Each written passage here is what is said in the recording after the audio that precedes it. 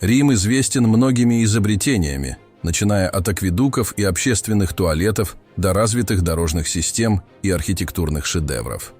Однако одним из менее освещаемых, но важных аспектов древнеримской жизни является проституция и ее роль в обществе. Это явление, глубоко укоренившееся в социальной и культурной ткани Рима, отражает не только обычаи того времени, но и представляет собой сложную систему юридических и социальных норм. В этом обзоре мы рассмотрим, как римское общество и законодательство относились к проституции, ее регулированию и влиянию на повседневную жизнь республики, а позже и империи. Упоминания о проституции в Древнем Риме появляются впервые уже в VII веке до нашей эры, вскоре после того, как был основан город. По мере роста численности городского населения увеличивалось и количество людей, занимающихся торговлей телом. Римское законодательство не воспрещало проституцию, включая случаи с участием свободно рожденных граждан республики. Более того, поход к проститутке со стороны мужчины не считался законом адюльтером, то есть изменой. Однако это положение было выгодно только мужчинам. Если муж обнаруживал свою жену с мужчиной-проституткой, он мог его убить. Это различие обусловлено тем, что связь мужчины с куртизанкой не ставила под угрозу появление нелегитимного потомства и прав законных детей на наследство, в то время как подобные связи женщины могли привести к рождению ребенка от другого мужчины. В римском законодательстве проституция регулировалась строгой регистрацией и контролем со стороны эдилов, которые следили за порядком в борделях. Проститутки должны были регистрироваться, получая новые имена, как известно из сочинений Марциала и надписей в Помпеях.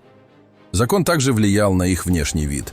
После регистрации они носили короткие туники и темные тоги, в то время как честные женщины носили более длинные наряды. Различия в одежде между проститутками и остальными женщинами со временем стали менее выраженными. Отношение общества к сексуальным удовольствиям через коммерческие отношения и маргинальное положение большинства женщин способствовали распространению проституции в древности. Основой для этой деятельности служили рабыни и бедные женщины Рима. Замечательно, что большинство куртизанок не были рабынями, так как хозяева часто находили для них другое применение.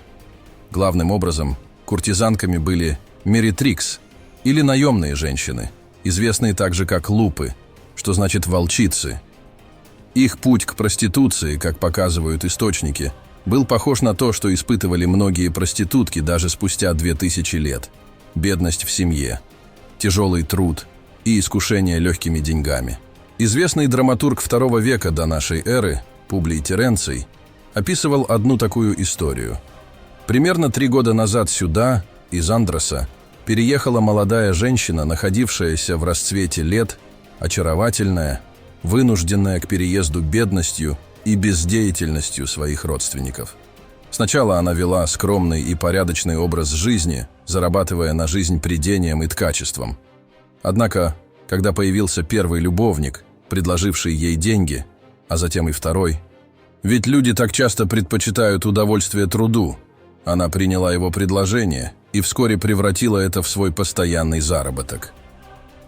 Проституция считалась позором, проститутки были бесчестными. Их часто избивали и оскорбляли клиенты и сводники.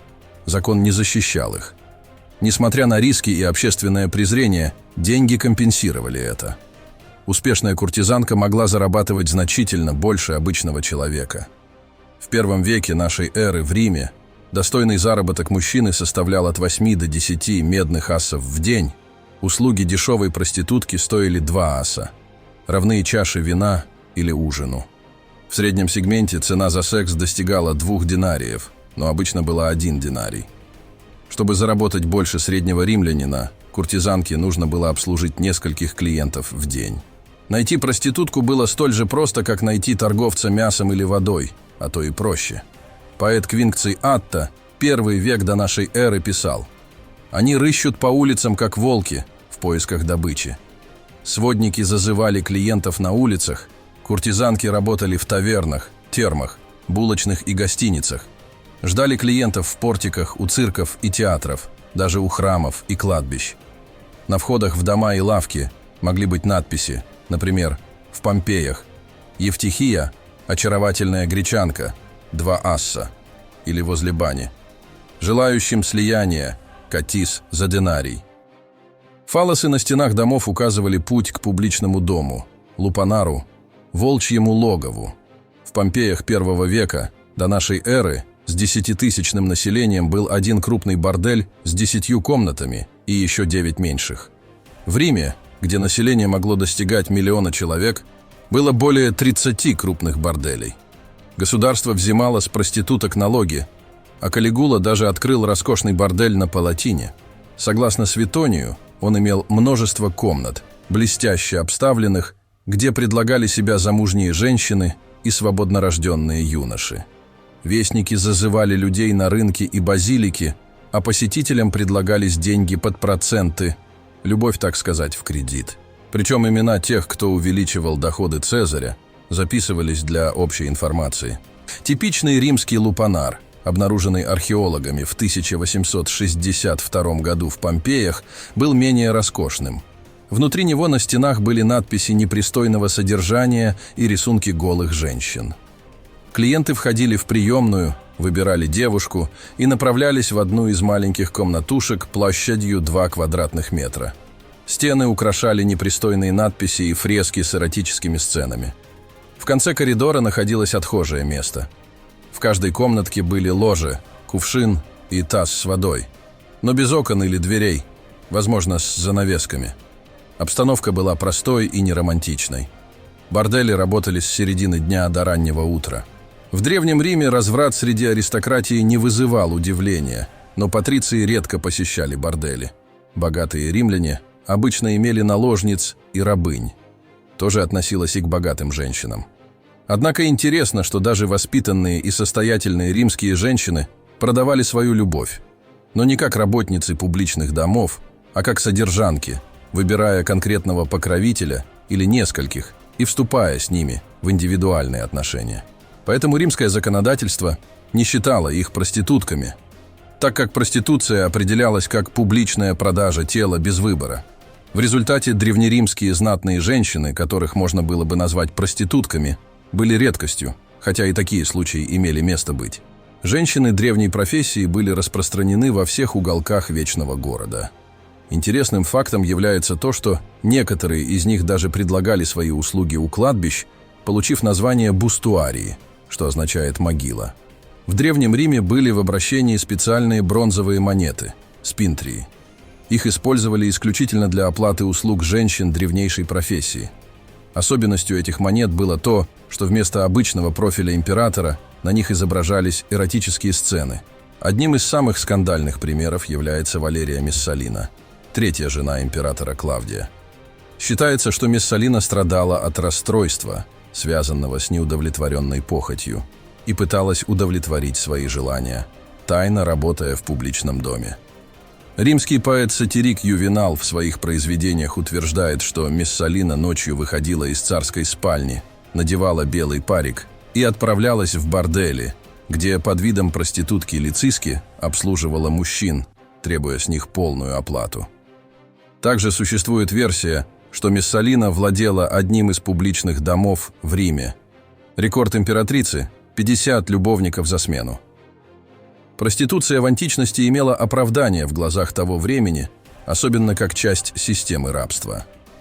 Как пишет Кифер в книге «Сексуальная жизнь в Древнем Риме», мужчины, вступавшие в связь с проститутками, не теряли репутации, в отличие от женщин, получавших деньги за свои услуги, которые теряли уважение. Несмотря на это, существовало удивительное противоречие. Проститутка, попавшая под общественное порицание, играла более значительную роль в общественной жизни, чем домохозяйка, деятельность которой ограничивалась домом. Римская проститутка была публичной, во всех смыслах слова, привлекая внимание общества, становясь темой разговоров и частью хроники, а также объектом общественного внимания, следы чего до сих пор видны в литературе и искусстве. В общем, проституция в Древнем Риме была сложным и многоуровневым явлением, глубоко укорененным в общественной и культурной жизни. От лупанаров, простых и непритязательных, до скандальных историй высшего света, включая историю Валерии Мессалины, проституция охватывала различные слои римского общества. Этот аспект древнеримской жизни раскрывает не только социальные и экономические реалии того времени, но и показывает сложность человеческих отношений, страстей и власти. Проституция, будучи официально признанной и регулируемой, являлась неотъемлемой частью древнеримской культуры, отражая ее противоречия и многообразие.